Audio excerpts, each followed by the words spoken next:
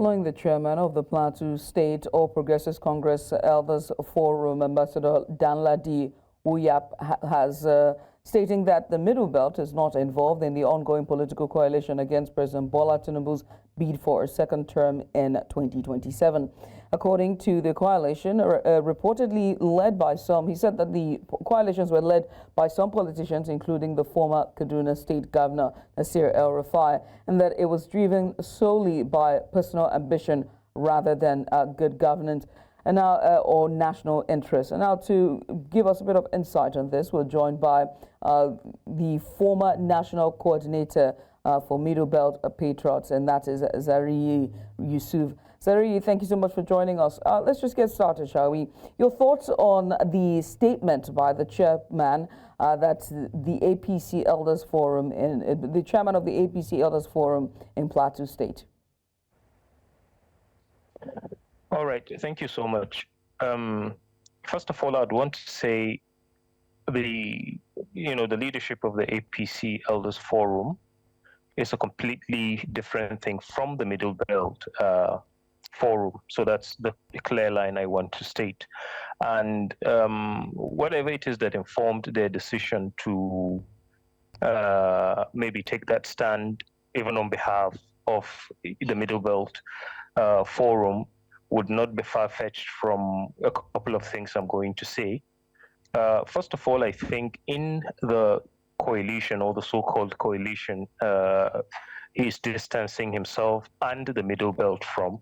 You would notice he did mention the name of a particular politician, which is Nasir El-Rufai. And he equally made mention of the initial position of the Middle Belt to reject the Muslim ticket in the first place, which was vehemently opposed and supported by especially Nasir El-Rufai, who I would say primarily was the architect of the Muslim ticket, being that he did a similar thing in Kaduna State, and he did gloat about whatever it was he achieved. Now, and he did say they wanted to replicate that at the national level, which basically I think is the reason why, if you'd notice, I think the only cultural group in the whole country that openly took the risk of supporting, throwing their support on any particular candidate would be the Middle Belt Forum, which was quite a serious political risk. But be that as it may, once the Muslim presidency emerged, it turned out that he is not wrong. I'm talking about the lead Wuyep, to say that what was expected of the proponents of the Muslim ticket did not go as planned, especially with the likes of Nasir El-Rufai. And each time that name is mentioned, it is not mentioned far away from his track record in Kaduna State, especially with regards to the massive killings of people in southern Kaduna, the political, annihilation of anybody that was not, primarily a Muslim, and all of that, and how he celebrated making the governor, the deputy governor, the speaker, the chief justice, the chief of staff, and everything Muslim, and people were cheering. So now, when a coalition comes, and unfortunately, it is formed by the same set of people, or championed by people who supported or sponsored the Muslim presidency, I think it leaves more questions than answer. And so to a large extent, he is not, even though he is not speaking on behalf of the Middle Belt, I'd say he may not necessarily be so far away from the political sentiments in the Middle Belt, because to a large extent a lot of people expected something not far away from Buhari's ideology, where we get more votes, we get more attention; where we don't get more votes, we don't get the attention. So to a large extent, he did say something that is quite profound, even though I do not belong to their camp.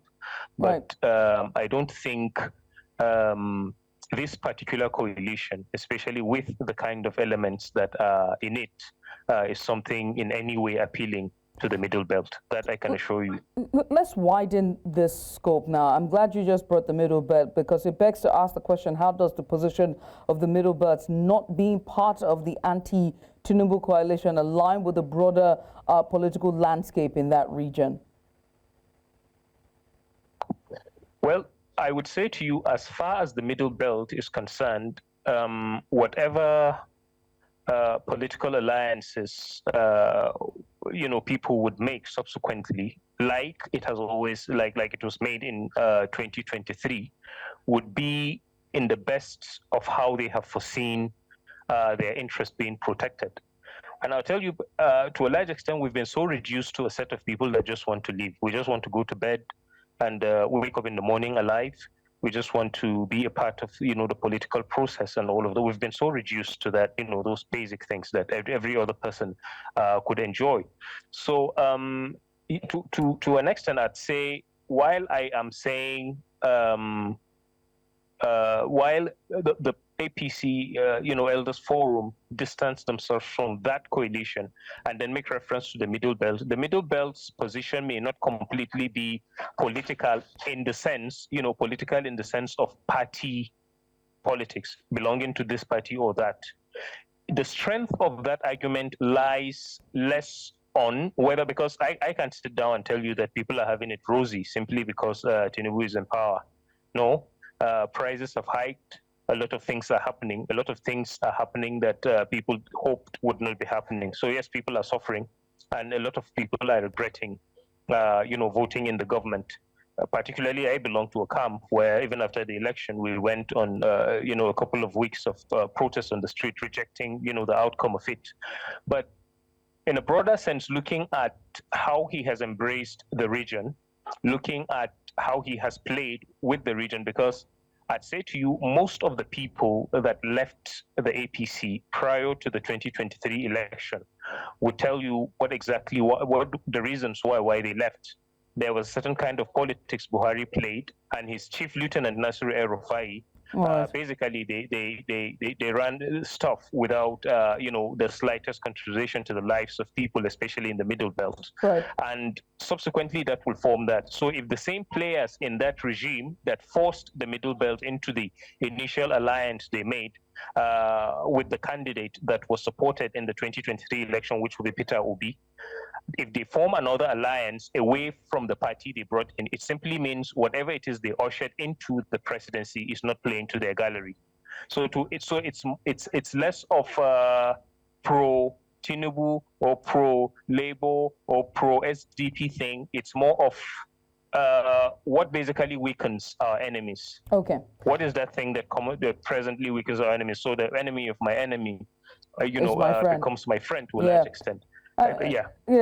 I mean, Zariyi, I wish we could go on more with this conversation, and then it's about time that the Middle East starts to, take up space and also have these discussions that we're having in terms of what they want in the broader political landscape of Nigeria. But I must say thank you so much for taking out the time to come on and join us today. Thank you very much.